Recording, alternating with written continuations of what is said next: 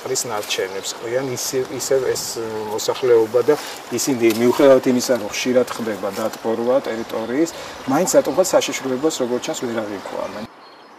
მდინარე დატბორვის საფრთხით რამდენიმე მეტში მცხოვრებ მოსახლეობას. ქალაქს კი ეკოლოგიური კატასტროფით ემუქრება. ოღასკურის სიმდიდრე საყოფაცხოვრებო, სამშენებლო ნარჩენები, ქვეწარმავლები, ფეკალური მასები და მდინარეზე გადებული საკანალიზაციო მილებია. ეკოლოგებისთვის მკვდარი მდინარე ეპიდემიური საფრთხის შემცველია. Რამდენად კონკრეტულად ახასიათებს ის, რომ ეს უცებ ხდება წყალმოვარდნები, არავინ არ იცის, როდის ადიდდება და რა შედეგი შეიძლება მოიტანოს. შედეგი კი იქნება ძალიან ცუდი. ეს მდინარე არის მკვდარი მდინარე, რაც საშიში არის ეკოლოგიური თვალსაზრისით, საშიში ეს მდინარე ჯანმრთელობისთვის, ზოგადად ეპიდემიოლოგიური თვალსაზრისით არის საშიში და ძალიან დიდი პრობლემების შექმნა შეუძლია. ოღასკურას პრობლემებით უკვე წლებია ბუხაიძის დასახლება ცხოვრობს. მდინარიდან რამდენიმე მეტრში განლაგებული საცხოვრებლების, სარდაფების, ავტოფარეხების დატბორვის შემთხვევების მოსახლეობა ოღასკურას გაუწმენდაობას აბრალებს. შექმნილ ანტისანიტარიულ გარემოს ქვეწარმავლებისა და მწერების მომრავლებას კი საკუთარი ძალებით ებრძვიან. არის მდინარე დანაგვიანებული, არის უზარმაზარი ბალახევის შიგნი და ქვეწარმავლები ამ წუთში. რომლებიც შემოდიან გარაჟში და გარაჟში არიან. იქ ეჭირება ყოველთვის შემონატანი ისა ხის მასალები და რაღაცები და იმიტომ გადმოდის მე ოღასკურაზე წყალი არის პატარა ხიდი და გასავალი აქვს ძალიან ცოტა. სამი შემთხვევა მახსოვს, აი ასეთი, მე რაც აქვს ხო 20 წელია, რომ იყო საშილად ადიდებული ქუჩა დაფარული და აი ჩვენი ეს სახლებთან აქედან ვერ გადადიოდნენ მეორე მხარეს. ამისთანა განმეორდება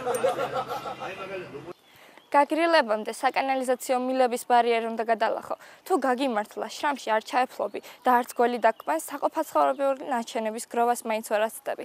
ასეთია ის შესაძლო თავგადასავალი, რომელიც წლები არავის გადახდენია. ეს მდინარე ოღასკურას თებიდან დაწყებული და ბარში გაგრძელებული ისტორიაა. ადამიანებისთვის და გარემოსთვის საფრთხის შემცველი ისტორია.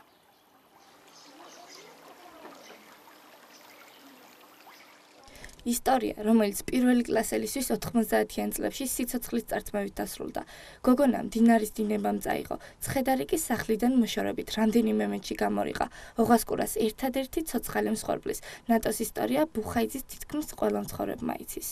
ზურგჩანთა ქონდა ბეჭზე მოდობ ზურგზე და იდაღმა იყო და მე ექსპერტმა რომ ნახა გული ქონდა გახაიდებული რა ეშველება ძალიან საზიზღარი არის ხო პატარა არის იტყვით ხომ მდინარეს ეს რო წვიმის დროს ნახოთ გაგიჯდება მდინარე რომ საფრთხის შემცველია ადგილობრივ ხელისუფლებაში ციციან ვიცემერის განმარტებით მდინარე კაპიტალურად წელიწადში მხოლოდ ერთ დღეს უთავდება ოღასკურაზე გამავალი მილების დემონტაჟი კი არ იგეგმება ნოდარ მიქიაშვილის განმარტებით მიმდინარე თვეში ქუთაისის მერიაში ოღასკურის პრობლემებზე გარემოს დაცვის სპეციალისტებთან ერთად სამუშაო ჯგუფი შეხვედრაა დაგეგმილი.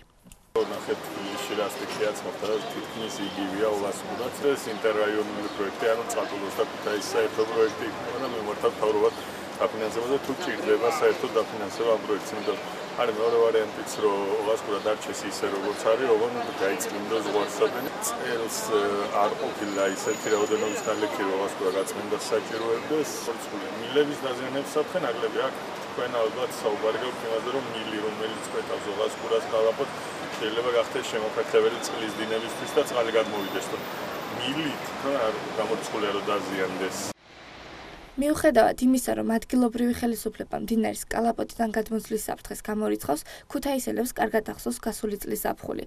ოღასკურის ადიდებისას წყლის მასის კალაპოტიდან გადმოსვლა, ბუხაიძის ქუჩის სავალი ნაწილი, საცხოვრებელი და სავაჭრო ობიექტების დატბორვა.